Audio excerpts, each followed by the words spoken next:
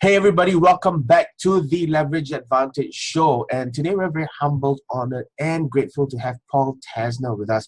Now, Paul is the co-founder and CEO of PulpWorks Inc. He's got over 40 years of experience in all facets of supply chain management. Now, 6 years ago, Paul took a leap of faith.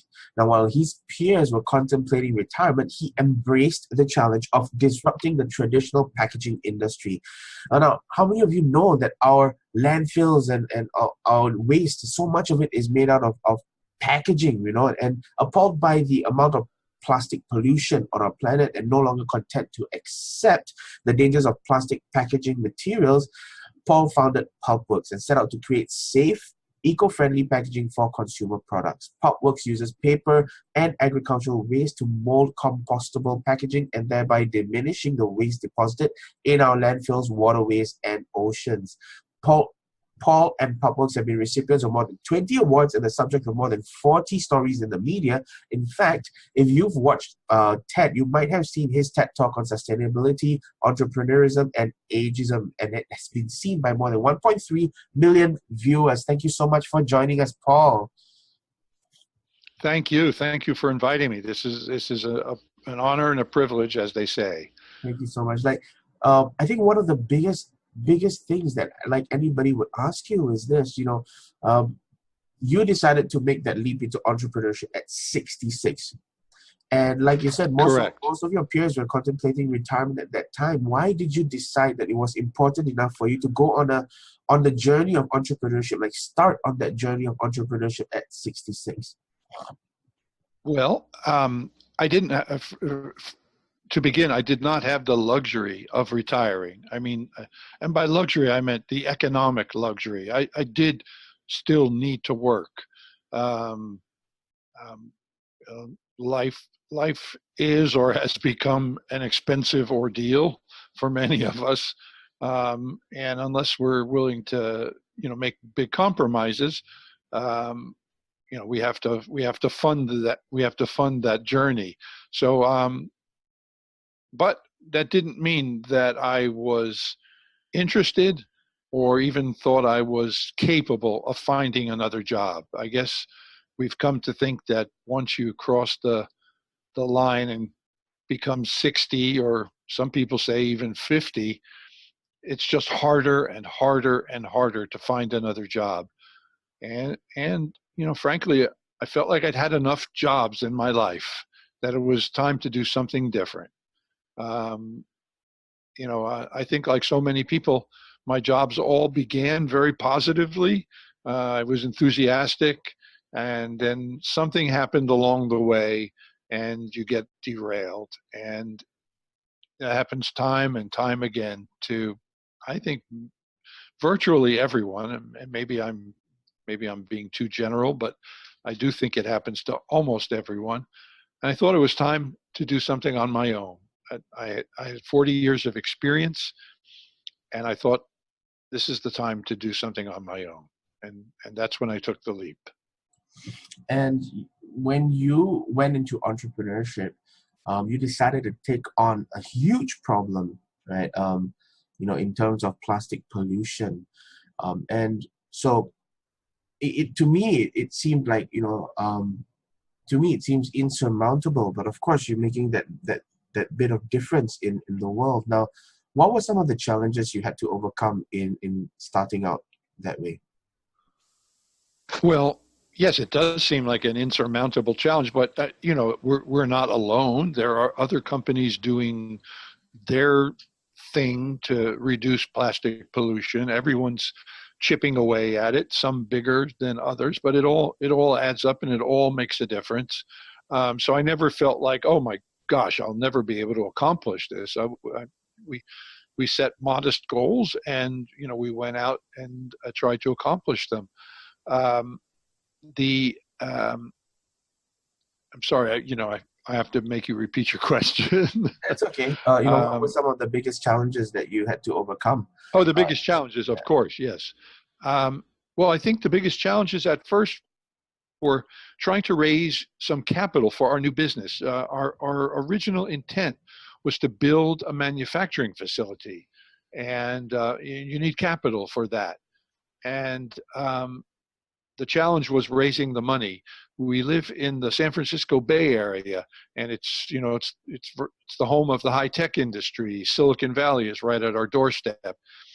Investors were not particularly thrilled about investing in a venture that uses waste to create packaging. They all think they're going to discover the next Facebook.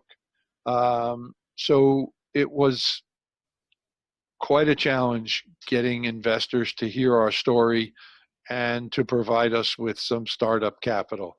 And we tried for about a year, and in the end, we were unsuccessful. As you may recall from my TED Talk, I mean, some of those investors were unwilling to invest because I was too old. And that hurt, there were many legitimate reasons for not investing in us, but just because I was too old, that just didn't feel very good, frankly. So I guess I took that as a challenge. But in the end, we went on without their investment. We used our own capital. We started very modestly, and it worked out for us. We didn't build a manufacturing facility. We ended up outsourcing our manufacturing to other companies around the world. And it turned out to be a blessing in disguise. I think our business is better off because of it. Excellent. I think that, what you've done there, I just came out of Tony Robbins' seminar, You Unleash the Power Within, and one of the things that he teaches us is, with the absence of resources, you need to be resourceful. And I think that's a perfect example of what you did there. In fact, my company, when we first started as well, we went to every VC in Singapore. We went to everybody that would fund us, and none of them did. And that turned out to be a blessing in disguise as well. Well, eventually we got a small amount of angel funding, but one of the biggest lessons we learned from there is that the best source of funding is often revenue. And when you don't get funding, for us, when we didn't get funding, we were forced to think about how could we get to revenue as quickly as possible without spending all that. Right. And that actually is a lesson that a lot of new entrepreneurs need to learn, because for them, they've been sold this idea, this dream of what you need is you need a business plan, and you need to go to a VC, an investor, get invested, and then you build your business. But that's not how most businesses are built. Most businesses are built from the standpoint of how can I generate income, how can I generate revenue, how can I generate profits first. And then when absolutely, like your business has grown to a point where you actually need external funding to grow, and then you find that you have so much more leverage over the investors. You'll get a fund. People will be happy to fund you, and you'll be able to negotiate for a much better rate or price for that investment. I could not have said that better. You absolutely said everything that's on my mind. That's exactly what we did. When I say we funded ourselves, we paid for groceries and mortgage and rent so that we could focus on the business. I mean, that's how we funded ourselves. But the actual funding came from revenues. We went out and we sold, and we took the profits and we reinvested them, and we did it over and over and over again until our profits were such that we could actually pay ourselves. But you're so right about, now we have leverage. Now we have business. We have customers. We have some name customers. And now all of a sudden people are paying attention to us. And yes, we may indeed look for investors now, and maybe to take us to the next level. Because I think we'd like to grow the business faster than it has been growing, based on our own fuel tank. But now we can do that. Back then, we had no way to do that. We only had a good idea, we thought. But your good idea is not always somebody else's good idea. We found that out very quickly. But yeah, I couldn't agree with the way you described that any better. That was just, you said it marvelously. Thank you. And it does, I'm sorry to dwell on it, but you're just making me think, it does sort of, it it defers the act of selling. You've got this wad of cash sitting in your account. You can hire, well, we just got another chunk of Series B funding, and now we can hire 10 more engineers. And you keep putting off when you're going out and selling. Now, one can say that by the time you do get ready to sell, you've got quite this engine behind you, but still, you have to sell. And as you said, we were forced to sell immediately. Absolutely. Like this is one thing that I noticed as well. Like even for new entrepreneurs, one of I think they're so afraid of selling that they defer that act of selling so much, and that's also one of the reasons why they don't. A lot of entrepreneurs don't succeed. I think they don't realize that. Look, as much as you're afraid of selling, if you don't sell, your business doesn't get any money, you don't get any profit. That's right. Income, right? And so I think the question that they need to ask themselves is, what do I need to do in order to get sales in as quickly as possible? It is scary. I mean, I had never been in sales in my life, and yes, selling is scary. I've had salesmen tell me that, they have nausea every morning before they start making their calls, because it's a scary thing, even for the seasoned veterans. But without it, you don't generate revenue. So you have,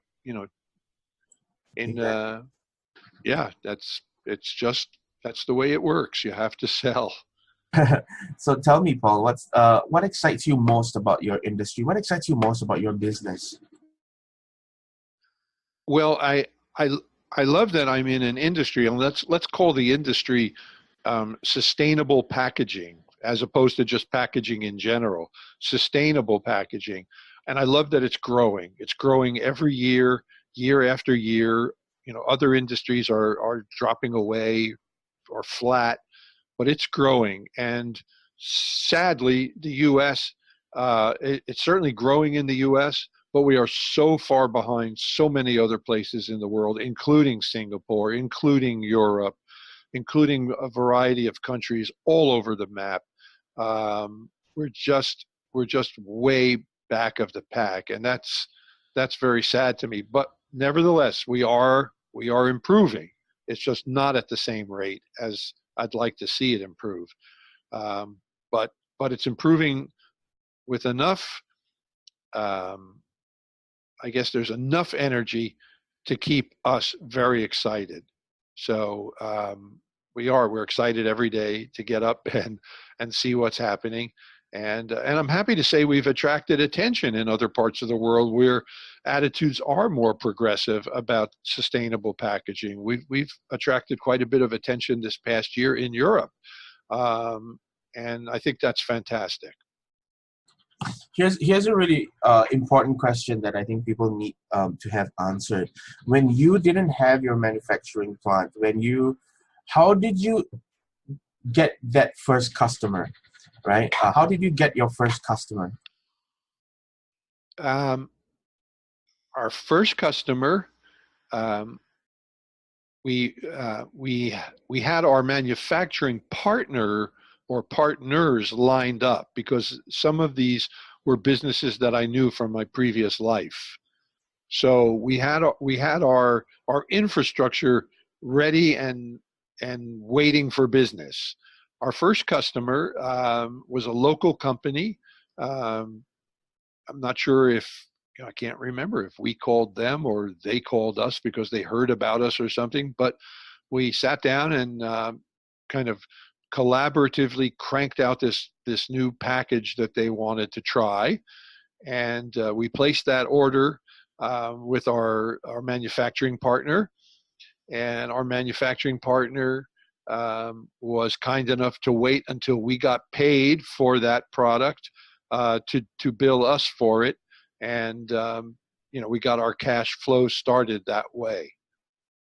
That's a really awesome story that I think we really need to dissect so that a lot of young entrepreneurs get it. It's that so oftentimes you have to sell it before you've got it, right? Like and you have to be creative about how you make payments. I think at the end of the day, like what your manufacturing partner did, in terms of getting you in touch with, because here's what, when I teach entrepreneurship, this is what I call a pond, right? A pond is or a partner is somebody who has the same target market as you, but sell a different product. For them, they sell the manufacturing, but you sell that sustainable portion of it, right? And so Right. it is in their interest, because they actually they serve you, but they can't serve you if you've got nobody to serve, right? And they've got that database of people that you could approach, because these are people that are making packaging, and some of them might be interested in sustainable packaging as part of their differentiation factor.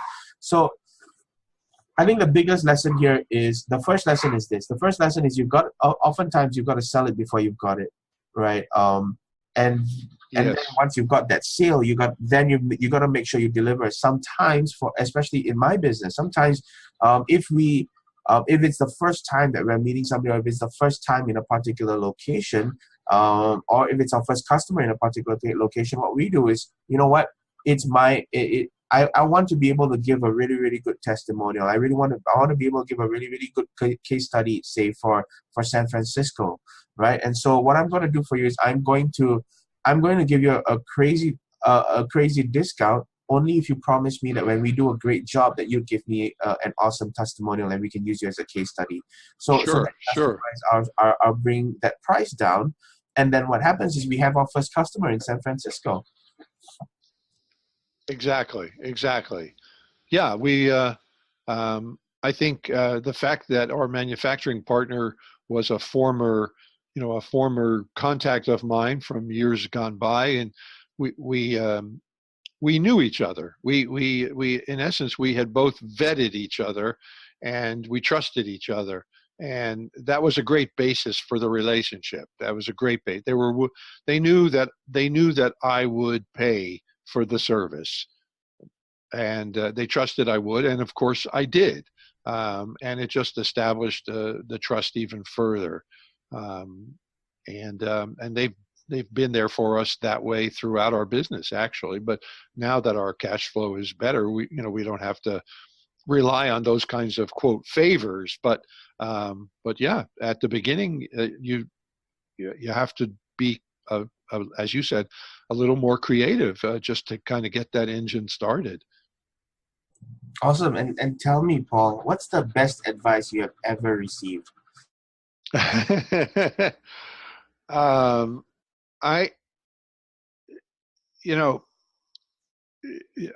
I've been asked this before. What's the best advice? And I keep coming back to the same response, and I guess I feel a little awkward about it because it doesn't seem like it's so profound. But I think you're going to have a bit of a laugh because it's so in keeping with what you and I have just been talking about.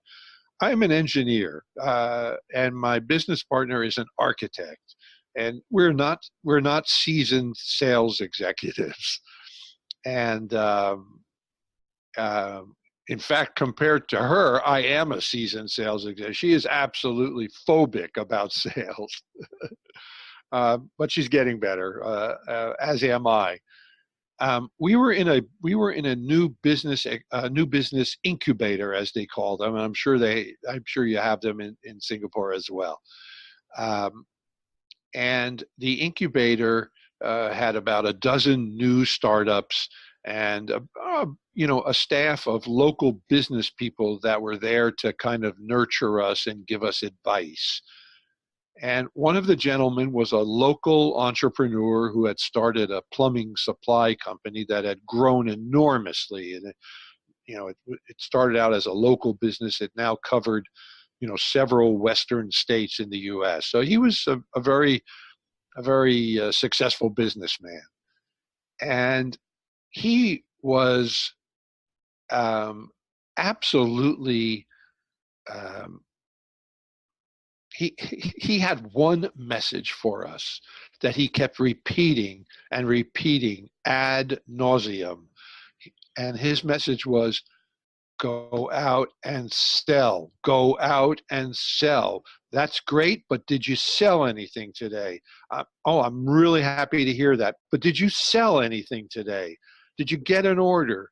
Go out and sell. He just kept banging that into our heads. And frankly, that made an impression on me. And I didn't grow up in the world of sales. I mean, and he knew just how precious it was that if you didn't sell, you didn't survive.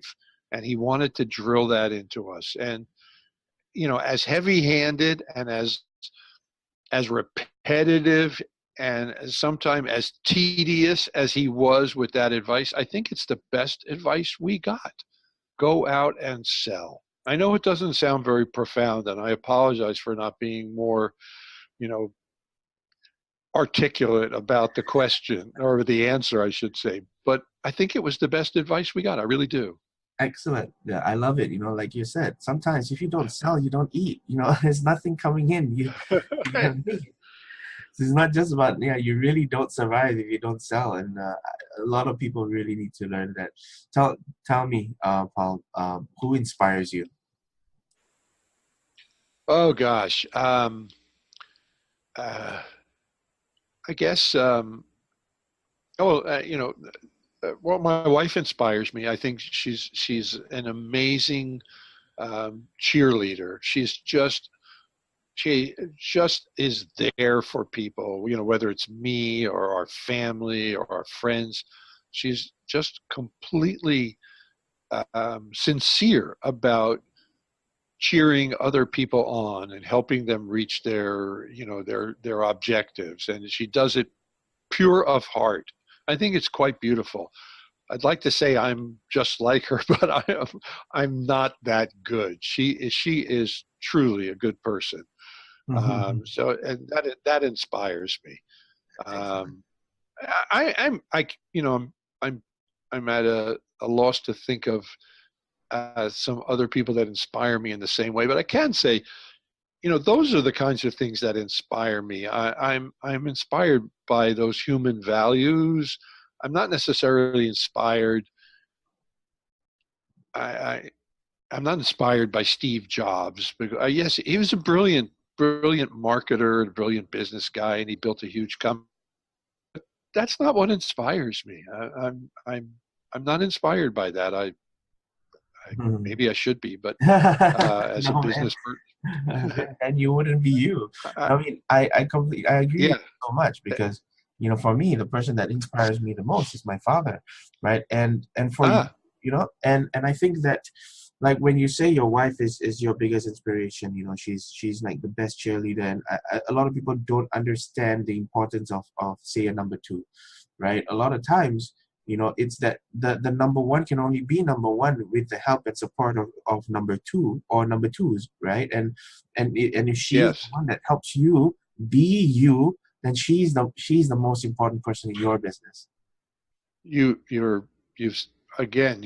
said exactly what I believe to be true. It's like we're brothers from a different mother. I'd love to know from you, what have you just learned recently that just blew you away? What have you learned recently that blew you away?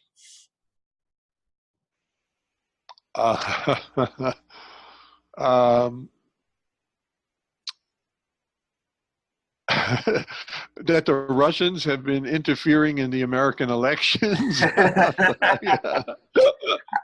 But that's not true. I didn't. No, carry on. That's not true. I didn't just learn that. I've known that for a long time. That's kind of I guess we'd call that dark humor in a way. I'm sure you had something else in mind. What have I learned recently that blew me away? Let's come back to that. I learned so many things these days that let's come back to it. Okay, no worries. All right. So here's something I'd love to ask you, especially in your experience is this. Now, if you had your time again, yes. what would you do differently? Uh, I would have taken, because I know I would have had the support um, and the well, the support and the courage to do this much sooner. I would have done this sooner. I would have taken the entrepreneurial leap sooner. I think it's a spectacular way to live your life. It's and that's not just my opinion. My TED talk, you'll appreciate this. My TED talk attracted some life insurance companies, some rather large life insurance companies, and they each said the same thing to me, that what I'm doing with my life at this point in my life is the healthiest thing that you can do. It's healthier than anything else you can do. Certainly, it's good to do things that are supportive of your physical health. I'm not suggesting that it replaces doing that, but for your mental health, to remain challenged and active and in pursuit of a goal is the healthiest thing you can do for your life when you're a senior citizen.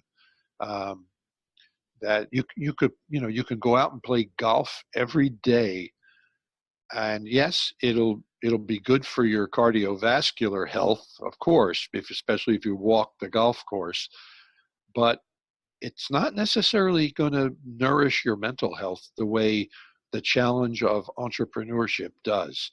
And in the end, that's what will provide you with longevity, assuming your physical health, is in place as well. But that's what will, nourish your longevity, is your mental health. Um, you hear people say about people that are, very old, in their 80s and 90s. Oh, he or she is sharp as a tack, and I guess that's their way of saying, these people are still extremely active mentally. They're still challenged and pursuing things. And yeah, I'd like to be known that way when I'm in my 80s and 90s. I certainly would. Um, so yeah, I'm glad to know that I'm doing what the life insurance companies feel is the best way to achieve longevity. Of course, the cynic in me says, of course, they'd love to see us achieve longevity, because the longer we live, the more they can hold on to their payouts for those policies.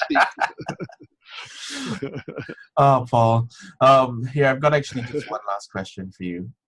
And Sure. It ties in very well. Now, if you had 30 seconds left to live, what piece of advice would you give? I would say, be generous. Be generous of your spirit. Be compassionate. Be generous with your compassion. There's no better feeling in the world than giving to others, giving of your time, of yourself. It just comes back to you in duplicate and triplicate. And that's certainly not my idea. I mean, I've heard that repeated over and over again.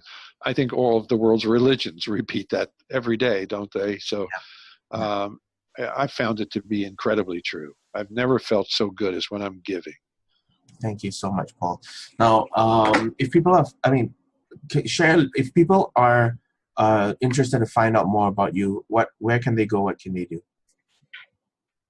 Well, there's a couple of places. I mean, to learn more about our business, simply go online to PulpWorks Inc. PulpWorks with an INC after it .com, and PulpWorks is one word, Pulp and Works. And if they want to learn more about entrepreneurism, at my age, I've partnered. Also, thanks to my TED Talk, I came to the attention of a sociologist at the University of California in Berkeley. Her name is Kirsten Showalter, and Kirsten and I have partnered, and Kirsten is developing a website called Aging Courageously, which I love the name of that. And it's still early days. There's not a ton of material there, but people can begin watching that to learn more about what it is to age courageously. Eventually, we hope to build a community at this platform.